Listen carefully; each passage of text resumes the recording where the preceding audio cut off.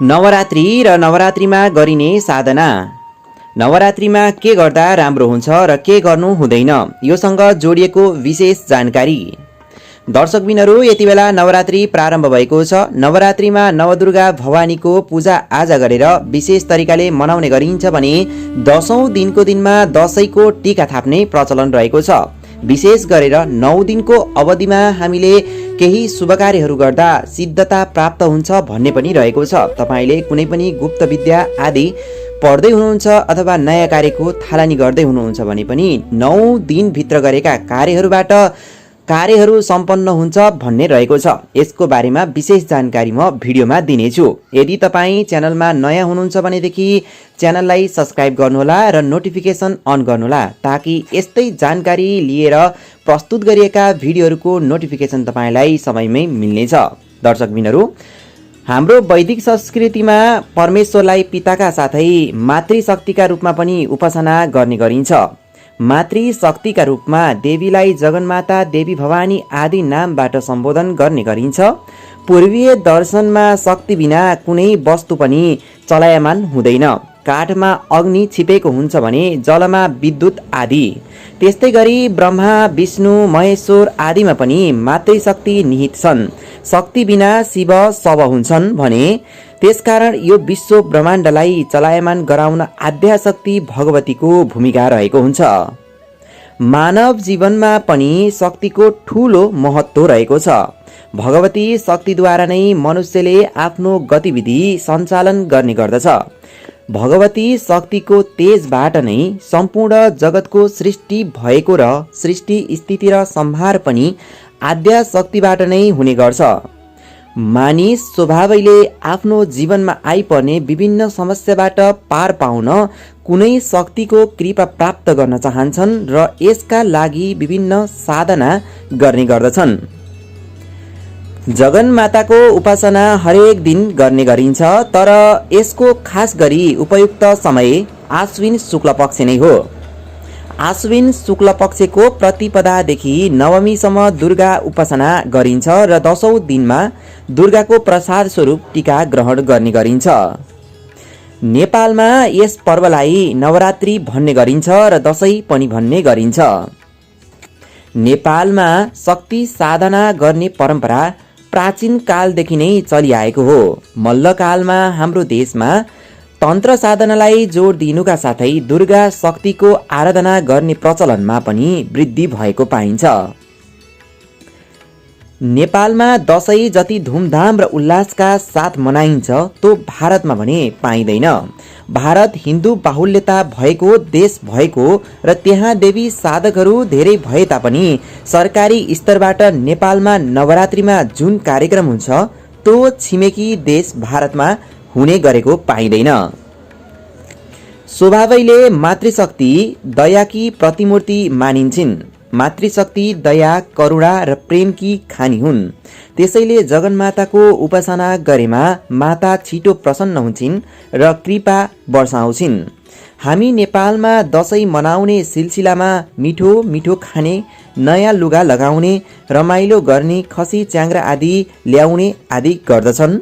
यसलाई दशैं मान्ने गरेको पनि पाइन्छ। तर नवरात्रमा खसी, बोका आदि पशुको बलि दिनु त्यति धेरै राम्रो मानिँदैन। शास्त्रीय नियम अनुसार पनि बलि अथवा हिंसालाई त्यति राम्रो मानेको छैन। नवरात्र भनेकै देवीको उपासना गर्ने मुख्य पर्व रहेको हो। भगवतीको उपासना गर्ने धेरै तरिकाहरू छन्। जगन्मातालाई शैलपुत्री, ब्रह्मचारिणी, चन्द्रघण्टा, कुष्ठमाण्डा, स्कन्द माता, कात्यायनी, कालरात्रि, महागौरी र सिद्धिदात्रीका रूपमा उपासना गर्ने गरिन्छ। यी दुर्गाका 9 रूपको उपासना गर्ने भएकोले नै यो पर्वलाई नवरात्रि वा नवरात्र भनिएको छ। नवदुर्गाको पहिलो दिन शैलपुत्रीको रूपमा र क्रमशः गर्दै 9औं दिनमा सिद्धिदात्रीका रूपमा उपासना गर्ने गरिन्छ। नवरात्रको 9 दिनमध्ये सप्तमी, अष्टमी र नवमी तिथिलाई विशेष महत्त्वका साथ उपासना गरिन्छ। सप्तमीमा महासरस्वतीको, अष्टमीमा महाकालीको र नवमीमा महालक्ष्मीको उपासना गर्ने पनि गरिन्छ। यस्तै गरी दुर्गालाई 10 महाविद्याका रूपमा पनि उपासना गर्ने गरिन्छ। भगवतीका 10 रूपलाई 10 महाविद्याका रूपमा लिएको छ। ती 10 महाविद्या हुन् काली, तारा, छिन्नमस्ता, त्रिपुरा सुन्दरी, भुवनेश्वरी, त्रिपुरा, षोडशी, धूमावती, बगला र कमला। यी 10 महाविद्याको तन्त्रमा विशेष महत्त्व छ र विशेष प्रयोजनका लागि विशेष स्वरूपको उपासना गरिन्छ। उदाहरणको लागि झै झगडा, मुद्दा, मामिला, शत्रु आदिबाट विजय प्राप्त गर्न बङ्गलामुखीको उपासना गरिन्छ भने धन सम्पत्तिका लागि कमलाको उपासना गरिन्छ। भगवतीको उपासना गर्ने विभिन्न तरिकाहरू छन्। यी मध्ये आफूलाई उपयुक्त हुने उपायद्वारा दुर्गा साधना गर्न सकिन्छ। पहिलो, स्तोत्र पाठ। दुर्गा शक्तिको महिमाको वर्णन गरिएको पुस्तक दुर्गा सप्तशती हो। यसमा जब जब देवता वा मनुष्यलाई सङ्कट पर्छ तब तब मातृशक्तिको आह्वान गरिएको पाइन्छ। चण्ड, मुण्ड आदि दानवी शक्तिलाई देवीले नै परास्त गरेकी थिइन्। यसै गरी आफ्नै जनद्वारा दुःख पाएका राजा सुरथ र वैश्यले देवीकै उपासना गरेर मनोवाञ्छित फल प्राप्त गरेका कुरा वर्णन रहेको छ। नवरात्रमा दुर्गा सप्तशतीको पाठ गरिन्छ। कुनै खास प्रयोजनका लागि पाठ गरिएको भएमा दुर्गा सप्तशतीका खास मन्त्रले सम्पुट गरेर पनि स्तोत्र पाठ गरिन्छ। श्रद्धा र भक्ति साथ सकेसम्म आफैले पाठ गरेमा देवीबाट कृपा प्राप्त हुन्छ भन्ने धेरै साधकको अनुभव छ। नवरात्रमा पाठ गरिने अर्को स्तोत्र देव्यर्थ शीर्ष हो। घोर सङ्कटको समयमा, मृत्यु समान कष्टको अवस्थामा वा माताको असीम कृपा प्राप्त गर्न देव्यर्थ शीर्ष पाठ गरिन्छ। यो स्तोत्र पाठ गर्नाले वाक् सिद्धि पनि प्राप्त हुन्छ भनिन्छ। वाक्य सिद्धि प्राप्त गर्नका लागि ज्योतिषीहरूले पनि यही देव्यर्थ शीर्ष पाठ गर्ने गरेको पाइन्छ। मन्त्र जप। दुर्गा सम्बन्धी धेरै मन्त्रहरू छन्, तर ती मन्त्रमध्ये नवाडत्र धेरै प्रचलित छ र शक्तिशाली पनि छ। नवाडत्र ओम ऐं ह्रीं क्लीं चामुण्डाय विक्षै हो। यहाँ उलाई छाडेर 9 अक्षर छन्, यसकारण नवार्त्र भनिएको हो। हरेक मन्त्रमा सुरुमा उ लगाउने भएकाले सङ्ख्यामा यसको गणना हुँदैन। नवरात्रिमा बढीभन्दा बढी यस मन्त्रको जप गर्न सकिन्छ भने 9 दिनमा 1,25,000 भन्दा बढी जप गर्नु राम्रो मानिन्छ। 9 दिनसम्म जप गरेर 10औं दिनमा हवन गर्ने गरिन्छ।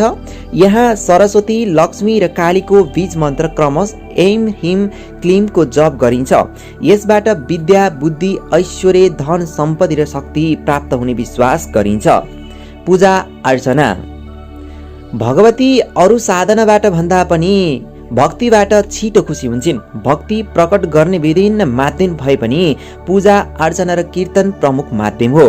भगवतीको प्रतिमालाई साक्षात् जीवित रूप सम्झेर श्रृङ्गार गर्ने, पूजा गर्ने तथा फलफुल प्रसाद भेटी अर्पण गर्ने गरिन्छ र सकेसम्म कीर्तन भजन गरिन्छ। यस्तै गरी भगवतीको खुसीका लागि नरिवल, भुइँ, फर्सी, उखु, अदुवा आदिको बलि दिइन्छ।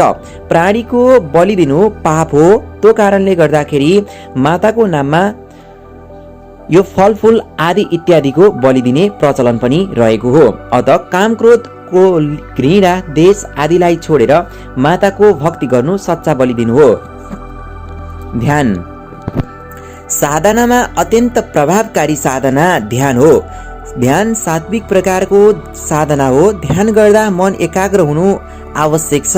अन्य साधनामा मनको एकाग्रतालाई खासै जोड दिएको छैन, तर ध्यानमा यो अनिवार्य छ। एकाग्रताका साथ गरिएको कार्य सफल हुन्छ भने एकाग्रता साथ गरिएको ध्यान पनि सफल हुन्छ। जगन्माताको स्वरूपमा हृदयमा राखेर तन्मयका साथ ध्यान गरिन्छ। रूप सम्झन अप्ठ्यारो हुन्छ भने माताको गुण अथवा महिमा स्मरण गर्न सकिन्छ। माताका गुणहरू जस्तै दया, करुणा, प्रेमलाई लिएर पनि ध्यान गर्न सकिन्छ। यसरी गहिरो ध्यान गरेमा माताको ध्यान आकृष्ट हुन्छ र कृपा प्राप्त हुन्छ। सेवा। कतिपय भक्तहरूलाई माथि मैले बताए अनुसारका साधना गर्न आउँदैन वा फुर्सद नहुन पनि सक्छ। तैपनि ऊ माताको भक्ति गर्न चाहन्छ भने त्यस्ता भक्तहरूले सेवा गर्न सक्छन्। सेवा गर्ने भन्नाले मन्दिरको सरसफाई गर्ने, बगैँचा बनाउने, मन्दिरमा आउने भक्तहरूको सेवा गर्ने, बाटोको निर्माण गर्ने, खानेपानीको व्यवस्था, शौचालयको व्यवस्था, प्रसादको व्यवस्था, आवासको व्यवस्था आदि नेपाल तथा भारतमा कतिपय तीर्थ स्थलमा यस्ता सेवाहरू उपलब्ध गराइएका हुन्छन्। यसरी साधना वा उपासना गरियो भने नवरात्र वा दशैं सार्थक हुन्छ। दर्शकबिनहरू, यसरी नवरात्रका दिनहरूमा तपाईले व्यतीत गर्न सक्नुहुनेछ। नवरात्रमा देवीको साधना गर्दा, जप वा अन्य कुनै पनि तरिकाले भक्ति गर्दाखेरि मनले चिताएको कामनाहरू पूरा हुन्छन्। मुद्दा मामिलाहरू पनि जितिन्छ भनेदेखि जग्गा जमिन लगायतका सम्पूर्ण ऐश्वर्यसँग सम्बन्धित कार्यहरूबाट पनि सफलताहरू प्राप्त हुन्छ। दर्शकबिनहरू, यस्तै जानकारीहरू लिएर पुनः उपस्थित हुनेछु।